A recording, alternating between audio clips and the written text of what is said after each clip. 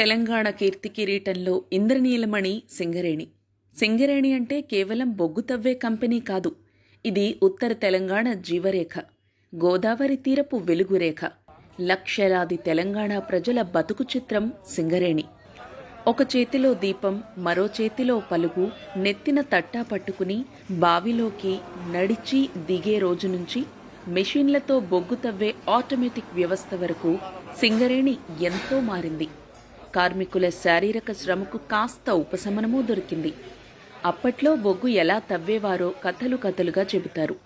ఇదంతా గతం. ఇప్పుడు సింగరేణి ఫుల్లీ మెకనైజ్ అయింది. అదెలాగో తెలుసుకోవడానికి ఒకసారి బొగ్గు బావిలోకి వెళదామా?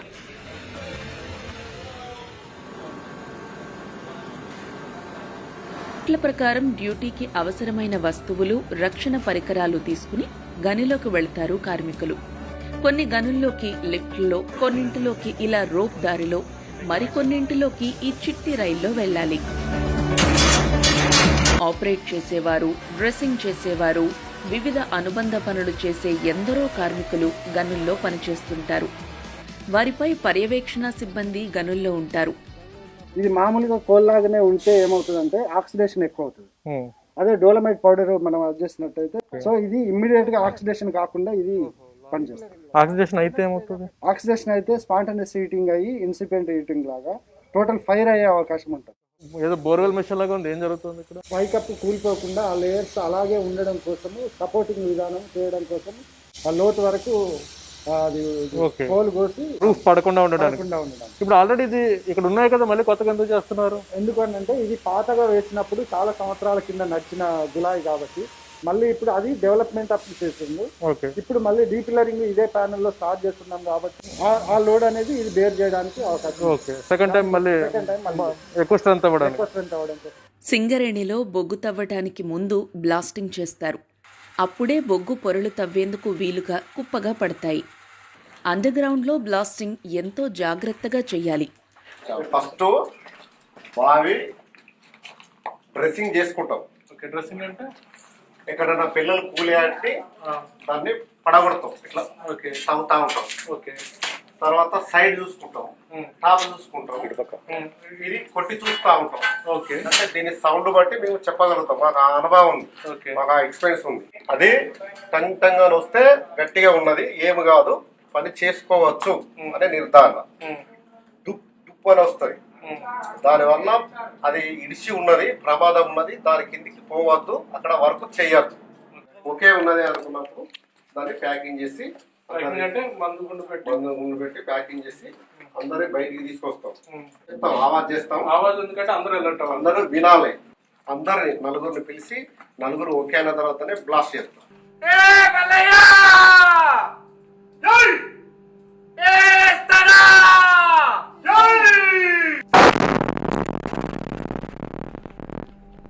బ్లాస్ట్ అయిపోయినాక ఒక 10 minutes ఆగుతాం. అందులో స్మోక్ అంతా బయటికి రావాలి, అంతా క్లియర్ అవుతుంది. క్లియర్ అయిన తర్వాత అప్పుడు మళ్ళీ డ్రెస్సింగ్ చేసుకుంటా, కొట్టుకుంటా, చూసుకుంటా లోపలికి కొడతాం. మళ్ళీ కొడతాం. ప్రతిసారి కొట్టడమే. మీరు చేరినప్పుడు యాక్చువల్గా ఎలా తిన్నారు? అప్పుడు తట్టతోటి అది ఉండేది. అప్పుడు అంతా వాటర్ ఉండేది, బాగా హీట్ ఉండేది.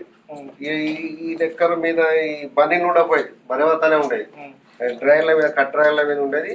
ఈ తట్టను ఎత్తుకొని ఇట్లా తల మీద పెట్టుకొని పోతా ఉంటే ఇది అంతా కాలేదు. అంత బురద వాటర్ ఒక ఇట్లా అంటేనే పళ్ళు కనిపించేది, కానీ మిగతా అంతా ఘోరంగా ఉండేది. అప్పటి పరిస్థితికి ఇప్పుడు చాలా టెక్నిజం పెరిగింది, చాలా ఇప్పుడు ఈజీ. అప్పుడైతే తట్టుకోలేదు, వన్ సైడ్ పోయినా కూడా హీటు. ఇప్పుడు మంచిగా ఏసీలో పలుగుతో కొట్టి తట్టతో లేదు, డైరెక్ట్ మిషన్స్ కొట్టడంతోనే వచ్చి తీసుకపోతుంది, బెల్ట్ మీద వస్తుంది. సో అక్కడ బ్లాస్ట్ చేసాం కదా మనం ఆ ప్లేస్ లో. ఇప్పుడు మనం అక్కడికి వెళ్ళొచ్చా? ఓకే, తీసుకుంటూ వెళ్దాం. ఇంతకుముందు రాళ్ళనే లేవు.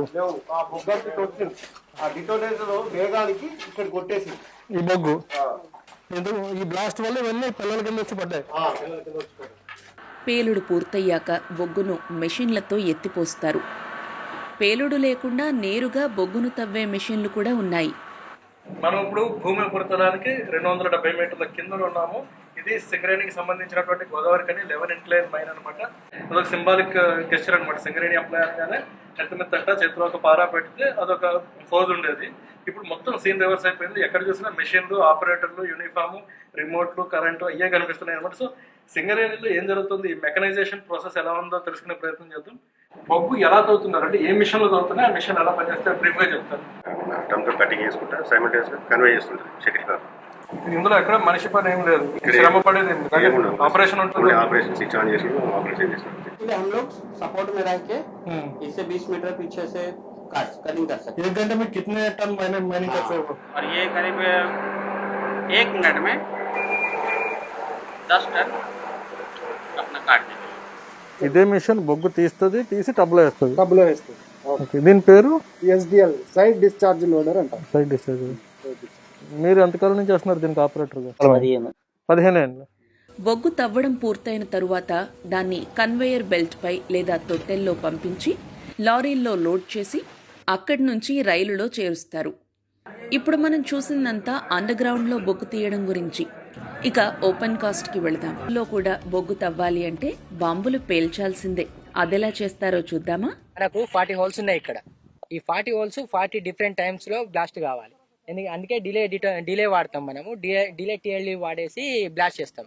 బ్లాస్ట్ చేసినప్పుడు ఏమవుతుందంటే మనకు ఒక్కొక్క హోల్ ఒక్కొక్క టైంకి బ్లాస్ట్ అవుతుంది. అన్ని కలిపి ఒకటేసారి బ్లాస్ట్ అయితే గ్రౌండ్ వైబ్రేషన్ ఎక్కువై నియర్ బై బిల్డింగ్స్ కానీ ఏదైనా ప్రాబ్లం అవుతుందని మనం ఈ డిలేస్ వాడతాం. ఈ 40 మొత్తము విత్ ఇన్ మిల్లీ సెకండ్స్ లోపలనే అయిపోతాయి. 400-500 మిల్లీ సెకండ్స్ లో టోటల్ బ్లాస్టింగ్ కంప్లీట్ అయిపోతుంది.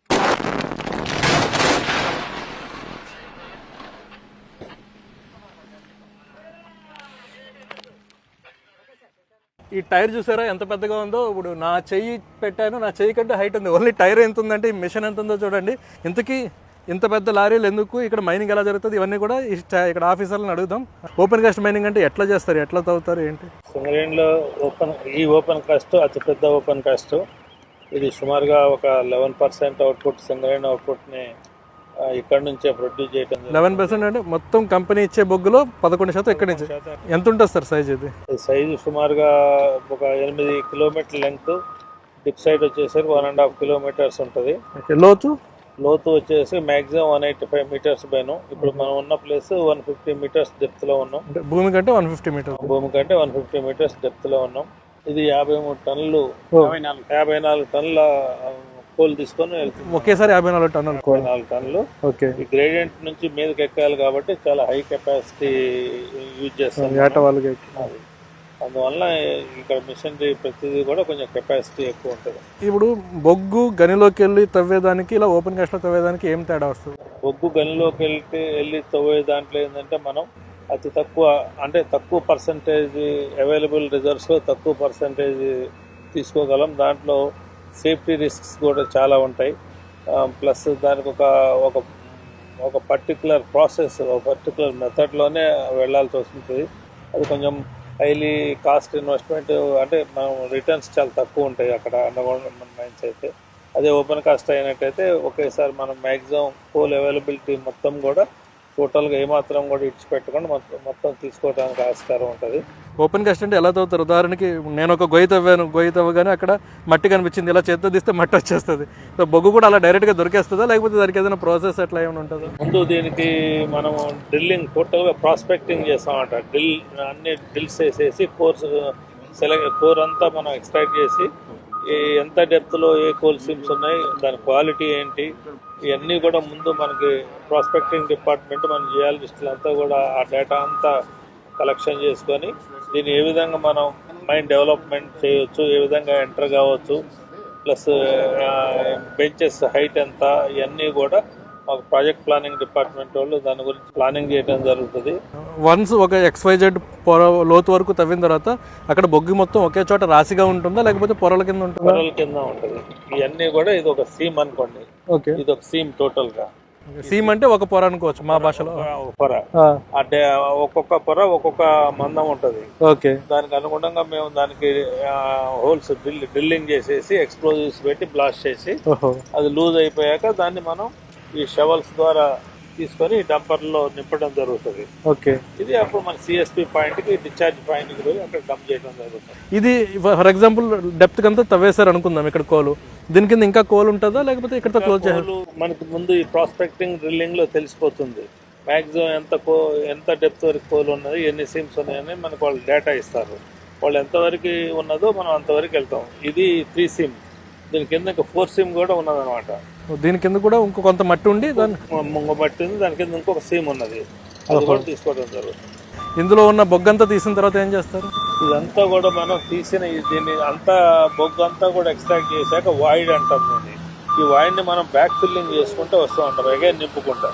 దేంతో నింపుతారు? ఇదే ఓబీ మనం నింపుకుంటూ వచ్చి ఈ సర్ఫేస్ ఏరియాకి సరి సమానంగా చేసి దాని మీద మళ్ళీ మనం తీసిన ఓబీ సాయిల్ అంతా కూడా దాని మీద నింపేసి ఇద్దరు ఫారెస్ట్ వాళ్ళకి కానీ ఇద్దరు మనం అగ్రికల్చర్ పర్పస్ కానీ మళ్ళీ యూజ్ చేసుకోవడం జరుగుతుంది.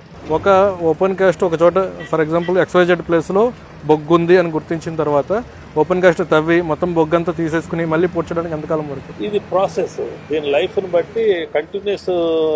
లోయెస్ట్ హైయెస్ట్ చెప్పగలరా కొన్ని సుమారు? ఈ మైన్ 89లో స్టార్ట్ అయింది, ఇంకొక 10 years అంటే సుమారుగా 2029-30 వరకు ఉంటుంది. ఇన్ ద మెయిన్ టైం ఈ బ్యాక్ చేసిన వాయిడ్ అంతా కూడా ఫిల్ చేసుకుంటూ రావడం జరుగుతూనే ఉంటుంది. ప్రస్తుతం సింగరేణి ఏడాదికి 6.5 కోట్ల టన్నుల బొగ్గును ఉత్పత్తి చేస్తోంది. 1000 కోట్ల లాభంలో ఉంది. ప్రస్తుతం ఈ సంస్థలో పనిచేస్తున్న సుమారు 44,000 మంది కార్మికుల కృషి ఇందులో ఉంది. ఇక్కడ పనిచేసే కార్మికులకు సింగరేణి తల్లి. ఈ కంపెనీ వల్ల బతుకు పోరాటంలో గెలిచి నిలిచిన కుటుంబాలు ఎన్నో ఉన్నాయి. అందుకే కంపెనీ ఉద్యోగం అంటే అంత క్రేజ్. సింగరేణి ఉద్యోగం కోసం సొంత కుటుంబ సభ్యులనే హత్యలు చేసిన ఘటనలు ఉన్నాయంటే అతిశయోక్తి కాదు. ఉత్తర తెలంగాణ బతుకు చిత్రంపై సింగరేణి ముద్ర అలాంటిది మరి. జై సింగరేణి!